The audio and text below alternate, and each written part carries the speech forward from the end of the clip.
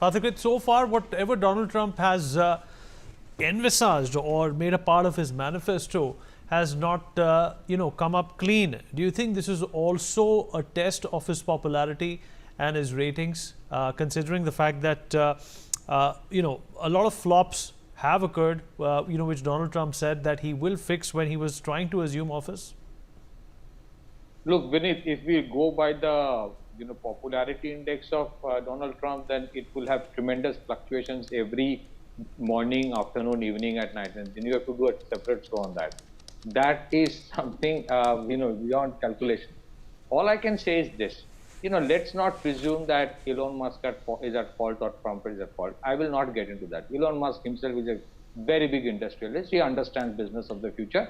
And it is also a given that in most of the countries, major industries actually depend on subsidies of government. And so, yes, Musk is no exception. The problem is with the pattern of governance. It is not that in Indian government there are no differences of opinion. It's not that within the cabinet of Modi government there is no differences of opinion. It is not that the center doesn't have differences of opinion with the constituent states of the country.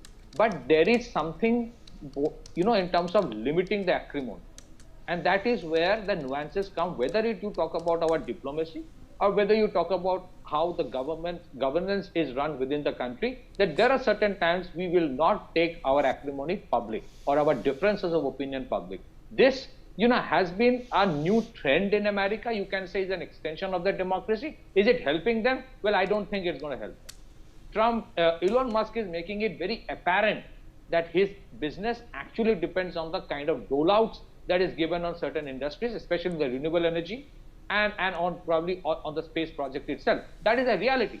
So that also means that in case of United States, when you talk about the large amount of hype about American entrepreneurs is actually essentially about the kind of subsidies they give from the government. That is one thing.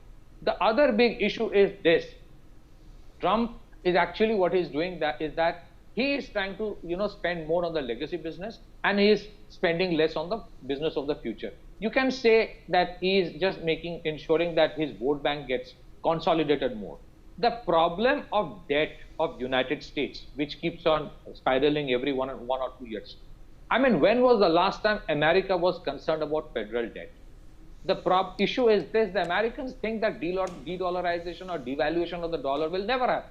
They can keep on printing the dollar and manage that debt. That is why they keep on doing this. And that is why you would see whether it is a Biden or a Trump or somebody else who comes in future would always have a problem, would always feel jittery on blocks like BRICS, because it makes them scared as to what would happen if that trend starts. It may not happen in one. And that so essentially what Trump is doing right now would definitely have an impact when it comes to the innovation that is happening in America. That is a reality. But at the same time, you cannot keep on spending on legacy business, restrict immigration, and then, have decisions which are completely like, going to go up your spending on your traditional expenditures and then expect America to be innovative again. So I think there are a lot of contradictions. The bigger problem is Trump. Yes, he said certain things when he came to the power, that he would cut down on big time spending on many issues, on many sectors. That is certainly not going to happen. And if we say that there is a military industrial complex, that is not the only lobby that is there in the United States. There are other industrial lobby also who want less of tax subsidies on future industries or renewable energy and more on the traditional business, which gives them more money. For example, you would see renewed focus on defense, more focus on defense. Imagine this: why is it that Trump wants European Union or NATO to spend 5% of their GDP into defense? Now, European Union combined GDP is $20 trillion.